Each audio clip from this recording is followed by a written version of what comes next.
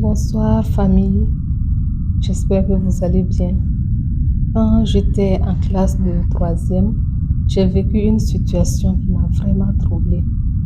Un camarade de classe a voulu me convertir à l'islam et il a enlevé un verset de la Bible pour me convaincre. Et quand j'ai lu le verset hors contexte, j'étais vraiment troublée. Le verset dit ceci: Et moi, je prierai le Père et il vous donnera quelqu'un d'autre pour vous aider, quelqu'un qui sera avec vous pour toujours. C'est la version parole de vie.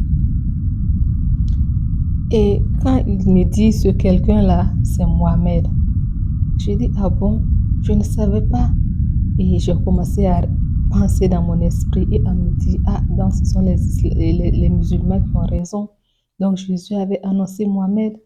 Arrivé à la maison, j'ai demandé à mon papa qui m'a fait comprendre qu'on ne peut pas retirer un seul verset d'un contexte, lire et comprendre. Donc, pour comprendre le contexte de ce verset-là, il m'a conseillé de lire quelques versets en avant et quelques versets après. Ce que j'ai fait et j'ai compris qu'il ne s'agissait pas de Mohamed, mais du Saint-Esprit.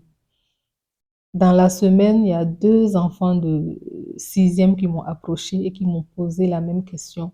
Ah, tanti, les musulmans disent que Jésus a annoncé Mohamed. Si tel est le cas, pourquoi nous ne suivons pas Mohamed? Et j'ai souri et je me suis dit, ah, donc cette méthode d'évangélisation existe toujours. Je lis avec vous le passage dans son contexte. Et Jean chapitre 14, le verset 15, 16, 17. Si vous m'aimez, vous obéirez à mes commandements. Et moi, je prierai le Père et il vous donnera quelqu'un d'autre pour vous aider. Quelqu'un qui sera avec vous pour toujours. Verset 17. C'est l'esprit de vérité. En effet, le monde ne peut pas le recevoir parce qu'il ne le voit pas et ne le connaît pas.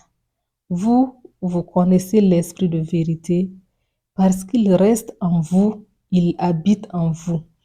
Et au verset 26, le Père enverra en mon nom l'Esprit Saint, celui qui doit vous aider.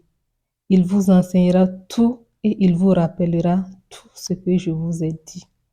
Quand nous lisons ce passage, nous voyons bien qu'il s'agit du Saint-Esprit et non de Mohamed.